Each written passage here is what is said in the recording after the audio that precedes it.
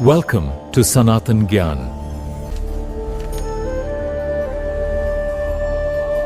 आज की हमारी ये गहरी पड़ताल एक ऐसे विषय पर है जो अक्सर एक अनुवाद की गलती में कहीं खो सा जाता है। बिल्कुल। हम बात कर रहे हैं सनातन धर्म की। ज्यादातर लोग इसे एक धर्म या रिलीजन के तौर पर ही जानते हैं, लेकिन क्या ये वाकई में वो ही है? यही तो सबसे बड़ा सवाल है। हमारे सामने जो स्रोत है, प्राचीन ग्रंथ, महान आचार्यों की व्याख्याएं और आधुनिक विचारकों के लेख, वो तो एक बिल्कुल ही अलग कहानी बताते हैं। बिल्कुल। और ये सिर्फ शब्दों का खेल नहीं है, ये पूरे के पूरे दृष्टिकोण का सवाल है। देखिए, रिलीजन शब्द जो है वो लैटिन के रिलीगेरे से आता है, जिसका मतलब है बांधना या फिर से जोड़ना। अच्छा, बांधना। हाँ, तो इस शब्द की नींव में ही ये धारणा है कि इंसान और ईश्वर के बीच एक दूरी आ गई है, एक अलगाव हो गया है, जिसे पाटने की जरूरत है। बिल्कुल। और उसके लिए एक विश्वास प्रणाली, कुछ नियम, कुछ अनुष्ठान दिए जाते हैं। ठीक है, तो रिलीजन का मतलब हुआ रिकनेक्ट करना, एक तरह की मरम्मत। तो फिर धर्म इससे अलग कैसे हुआ? धर्म संस्कृत की ध्रेय धातु से बना है। इसका अर्थ है धारण करना, बनाए रखना या सहारा देना। ये किसी टूटी हुई चीज को जोड़ने की बात नहीं करता, बल्कि उस चीज के मूल स्वभाव की बात करता है जो उसे बनाए रखता है। तो आज की चर्चा का मकसद इसी बुनियादी फर्क को समझना है कि क्या सनातन धर्म विश्वास पर आधारित एक व्यवस्था है या फिर अस्तित्व को बनाए रखने वाला कोई शाश्वत नियम। सही। ठीक है, तो चलिए इसे खोलते हैं। अगर ये रिलीजन नहीं है तो फिर क्या है? ये सवाल ही अपने आप में बहुत बड़ा है, क्योंकि रोजमर्रा के जीवन में तो हम इन दोनों शब्दों को एक दूसरे की जगह इस्तेमाल करते ही रहते हैं। बिल्कुल करते हैं। इसे समझने का सबसे अच्छा तरीका कुछ आधुनिक विचारकों की दी गई उपमाओं से मिलता है। जैसे शीला प्रभुपाद पूछते हैं, चीनी का धर्म क्या है? मिठास। आग का धर्म क्या है? गर्मी और रोशनी। सही। अगर आप चीनी से मिठास निकाल दें तो वो चीनी नहीं रहती। अगर आग से गर्मी और रोशनी हटा दें तो वो आग नहीं रहती। तो धर्म किसी चीज का वो गुण है, वो स्वभाव है जिसे उससे अलग किया ही नहीं जा सकता। अच्छा। इसी तर्क के अनुसार आत्मा का भी एक सनातन धर्म है, और वो है सेवा। ये शब्द तो हम रोज सुनते हैं, लेकिन इस संदर्भ में इसका मतलब क्या है? क्या ये किसी की मदद करने जैसा है या इसका कोई और गहरा आध्यात्मिक अर्थ है? क्योंकि सेवा तो एक बॉस की भी हो सकती है और ईश्वर की भी। बहुत अच्छा सवाल पूछा आपने। यहाँ सेवा का मतलब सिर्फ परोपकार नहीं है, बल्कि अपनी प्रकृति के अनुसार कर्म करना जो एक बड़ी व्यवस्था में योगदान दे। एक उदाहरण देंगे? हाँ, जैसे एक सैनिक की सेवा देश की रक्षा है, एक डॉक्टर की सेवा रोगी को स्वस्थ करना है, एक माँ की सेवा अपने बच्चे का पालन पोषण है। ये सब सेवा है। आध्यात्मिक स्तर पर इसका अर्थ है अपने कर्मों को एक उच्च उद्देश्य से जोड़ना। समाज, मानवता या परम सत्य, कुछ भी हो सकता है। बिल्कुल। ये मैं क्या हासिल कर सकता हूँ से मैं क्या योगदान दे सकता हूँ की ओर एक मानसिक बदलाव है। ये किसी चीज के स्वभाव की बात है, विश्वास की नहीं। आप अपना विश्वास बदल सकते हैं, पर चीनी अपनी मिठास नहीं बदल सकती। ये तो बहुत दिलचस्प है। मतलब ये विश्वास बदलने जैसा नहीं है जैसे कोई अपना मजहब बदल ले। ये तो किसी चीज के उसके मूल स्वभाव की बात है। बिल्कुल। लेकिन यहाँ एक सवाल उठता है, अगर इसे किसी ने बनाया नहीं तो फिर ये सारे ग्रंथ, वेद, पुराण, उपनिषद, ये किसने लिखे? ये तो ऋषियों के नाम से जुड़े हैं। तो क्या ये अपौरुषेय वाली बात एक विरोधाभास नहीं लगती? ये एक बहुत ही जरूरी सवाल है, और यहीं पर कांची के परमाचार्य का दृष्टिकोण इसे और साफ करता है। वे कहते हैं कि बाकी धर्म पौरुषेय हैं। मतलब किसी एक व्यक्ति या पैगंबर द्वारा स्थापित। अगर आप उस संस्थापक को हटा दें तो धर्म की पूरी इमारत ढह जाती है।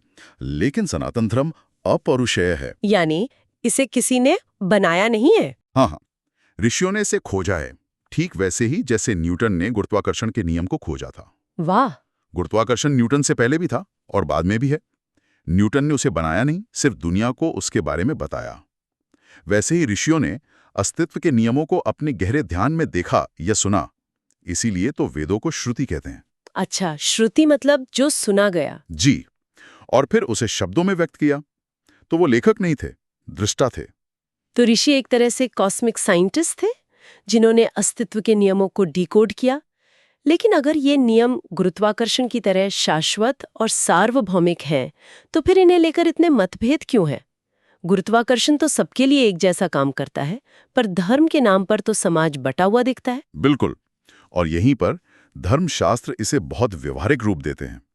उन्होंने इस विशाल विचार को 2 मुख्य हिस्सों में बांटा है ताकि इसे जीवन में लागू किया जा सके। अच्छा, वो क्या है?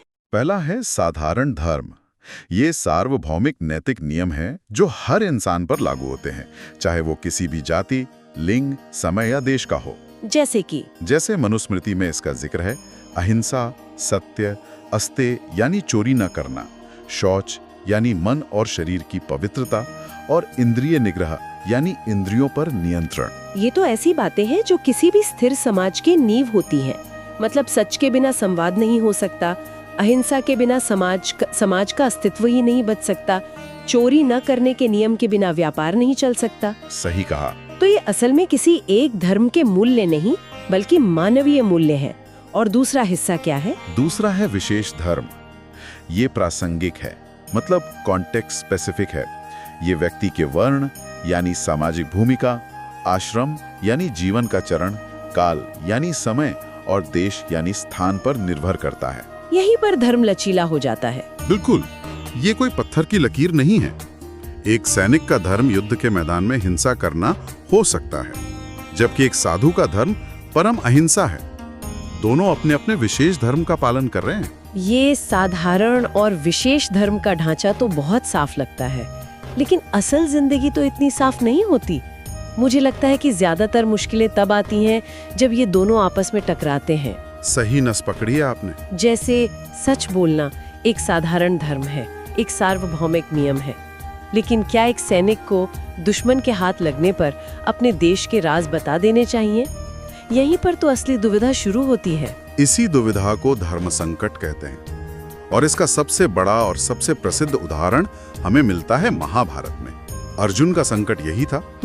वो सिर्फ लड़े या ना लड़े की दुविधा में नहीं थे, ये 2 सही चीजों के बीच का टकराव था। इसे थोड़ा और खोलिए, उनके लिए 2 सही चीजें क्या थीं? देखिए, एक तरफ उनका कुल धर्म था जो कहता था कि अपने ही गुरुओं, दादा और भाइयों को मारना महापाप है, इससे कुल परंपराएं नष्ट हो जाएंगी, समाज में अराजकता फैलेगी। और ये साधारण धर्म की अहिंसा के सिद्धांत से भी जुड़ा था। बिल्कुल। और दूसरी तरफ उनका क्षत्रिय धर्म था जो कहता था कि एक योद्धा के तौर पर न्याय के लिए लड़ना और अधर्म का विरोध करना उसका परम कर्तव्य है, भले ही सामने कोई भी क्यों ना हो। तो वो एक तरह से साधारण धर्म यानी अहिंसा और अपने विशेष धर्म यानी एक योद्धा के कर्तव्य के बीच फंस गए थे। ये सिर्फ अर्जुन की कहानी नहीं है। नहीं, बिल्कुल नहीं। हम सब रोज ऐसे धर्म संकट से गुजरते हैं। एक डॉक्टर को सच बोलना है जो कि साधारण धर्म है, लेकिन क्या उसे एक मरते हुए मरीज को कठोर सच बताकर उसकी उम्मीद छीन लेनी चाहिए? सही बात है। एक वकील को अपने मुवक्किल की रक्षा करनी है, ये उसका विशेष धर्म है, लेकिन क्या हो अगर उसे पता हो कि उसका मुवक्किल दोषी है? सही कहा। महाभारत इन सवालों को उठाता है और दिखाता है कि धर्म कोई सरल चेकलिस्ट नहीं है, बल्कि ये विवेक और संदर्भ की मांग करता है। और भगवान कृष्ण का पूरा उपदेश, वो पूरा उपदेश इसी धर्म संकट को सुलझाने के लिए है। वो अर्जुन को धर्म के समाजशास्त्रीय और पारिवारिक स्तर से उठाकर एक आध्यात्मिक, एक सार्वभौमिक स्तर पर ले जाते हैं।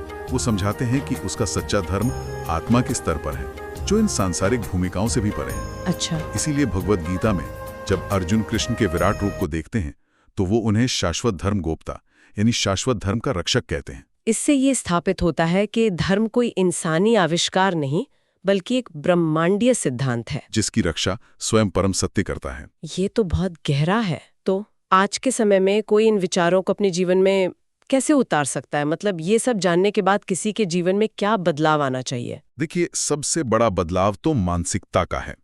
जीवन को विश्वासों के एक सेट के बजाय कर्तव्यों और अपने मूल स्वभाव के नजरिए से देखना।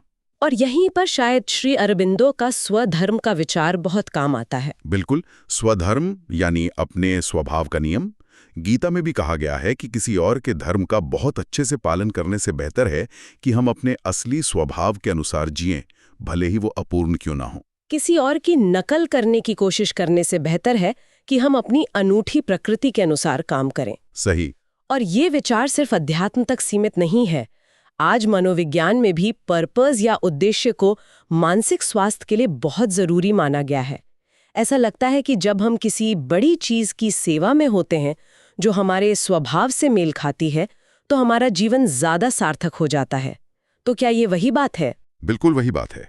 ये व्यक्तिगत विकास का एक बहुत शक्तिशाली विचार है, लेकिन ये सिर्फ एक व्यक्तिगत यात्रा नहीं है। एक और व्यावहारिक पहलू आदि शंकराचार्य की व्याख्या से आता है। अच्छा। उन्होंने अपनी गीता भाष्य की शुरुआत में ही वैदिक धर्म के 2 रास्ते बताए हैं, और ये समझना बहुत जरूरी है कि ये व्यवस्था समाज और व्यक्ति दोनों को कैसे साथ लेकर चलती है। वो 2 रास्ते कौन से हैं? पहला है प्रवृत्ति मार्ग, यानी संसार में रहते हुए समाज का हिस्सा बनकर अपने कर्तव्यों का पालन करना। इसका लक्ष्य क्या है? इसका लक्ष्य है भौतिक समृद्धि, जिसे अभ्युदय कहा गया, और सामाजिक व्यवस्था को बनाए रखना। ये समाज को चलाने वाला एक तरह का प्राकृतिक नियम है। और दूसरा है निवृत्ति मार्ग, यानी संसार से वैराग्य लेकर ज्ञान और ध्यान के जरिए परम सत्य को जानना। इसका लक्ष्य है मोक्ष, जिसे निःश्रेयस कहा गया। ये आध्यात्मिक मुक्ति का मार्ग है। सनातन धर्म की खूबसूरती ये है कि ये इन दोनों मार्गों को जरूरी और सम्मानित मानता है। ये एक बहुत ही संतुलित दृष्टिकोण लगता है, क्योंकि कई विचारधाराओं में आपको या तो सांसारिक सफलता या फिर आध्यात्मिक मुक्ति, दोनों में से एक को चुनना पड़ता है। दुनिया को अक्सर एक माया या रुकावट की तरह देखा जाता है। सही। पर यहाँ पर दोनों को महत्व दिया जा रहा है। ये समाज को भी चलाता है और व्यक्ति को भी मुक्त होने का रास्ता देता है। मतलब ये या वो वाला मामला नहीं है। बिल्कुल, ये एक ऐसी व्यवस्था है जो समाज की स्थिरता और व्यक्ति की मुक्ति दोनों को एक साथ साधने का रास्ता दिखाती है। और वैशेषिक सूत्र में तो इसकी एक लाइन में कमाल की परिभाषा दी गई है। वो क्या है? या तो अभ्युदय निःश्रेयस सिद्धि ही। मतलब धर्म वो है जो आपको दुनिया में तरक्की यानी अभ्युदय भी दे, और साथ ही साथ आपको मोक्ष यानी निःश्रेयस की तरफ भी ले जाए। दोनों का बैलेंस। वाह, ये परिभाषा दिखाती है कि ये व्यवस्था कितनी व्यापक और जीवन को एक समग्र रूप से देखने वाली है। जी। तो हमने एक साधारण से सवाल से शुरुआत की कि धर्म और रिलीजन में क्या फर्क है, और हम ब्रह्मांड के नियमों से लेकर आत्मा के स्वभाव और सामाजिक संरचना तक की यात्रा कराएं। अगर आज की इस चर्चा से कुछ मुख्य बातें याद रखनी हो तो वे क्या होंगी? मेरे ख्याल से 4 मुख्य बातें हैं जो इस पूरे चर्चा का सार हैं। पहली तो यही कि धर्म रिलीजन नहीं है। ये अस्तित्व को धारण करने वाला एक शाश्वत नियम है। हाँ, ये किसी विश्वास पर नहीं बल्कि अस्तित्व के काम करने के तरीके पर आधारित है। और दूसरी, ये खोजा गया है, बनाया नहीं गया। गुरुत्वाकर्षण के नियम की तरह। बिल्कुल, ये एक खोज है, किसी संस्थापक की राय नहीं। इसीलिए इसे अपौरुषेय कहा जाता है, जिसका कोई मानवीय रचयिता नहीं है। और तीसरी बात जरूर इसके लचीलेपन से जुड़ी होगी। हाँ, तीसरी बात है कि इसमें स्थिरता और लचीलेपन का एक अद्भुत संतुलन है। इसमें सबके लिए शाश्वत नैतिक सिद्धांत यानी साधारण धर्म है जो समाज को जोड़े रखते हैं, और साथ ही समय और परिस्थिति के साथ बदलने वाले प्रासंगिक कर्तव्य यानी विशेष धर्म भी हैं, जो इसे एक जीवंत और विकसित होने वाली व्यवस्था बनाते हैं। सही। और चौथी और आखिरी बात, इसका अंतिम लक्ष्य दोहरा है। इसका मकसद सिर्फ एक अच्छी सामाजिक व्यवस्था बनाना नहीं है, बल्कि भौतिक समृद्धि और आध्यात्मिक मुक्ति दोनों को एक साथ पाना है। अभ्युदय और निःश्रेयस। बिल्कुल। आज की चर्चा इस विचार पर खत्म होती है कि धर्म किसी चीज का आंतरिक स्वभाव है, और अगर इन स्रोतों के अनुसार आत्मा का सनातन धर्म सेवा करना है, यानी अपने स्वभाव के अनुसार एक बड़ी व्यवस्था में योगदान देना है, तो ये हमारे सामने एक सवाल खड़ा करता है। सवाल ये नहीं है कि हम क्या मानते हैं, बल्कि ये है कि हम अपने जीवन के हर पल में किसकी और किस चीज की सेवा कर रहे हैं। ये बहुत बड़ा सवाल है। क्या हम सिर्फ अपनी नौकरी की सेवा कर रहे हैं, या अपने परिवार की, या अपनी इंद्रियों की इच्छाओं की, या फिर हम अपने कर्मों को किसी ऐसे ऊंचे लक्ष्य से जोड़ पा रहे हैं जो हमारे स्वधर्म के अनुरूप हो? सही। इस सवाल का जवाब ही शायद धर्म को जीने का सही तरीका है।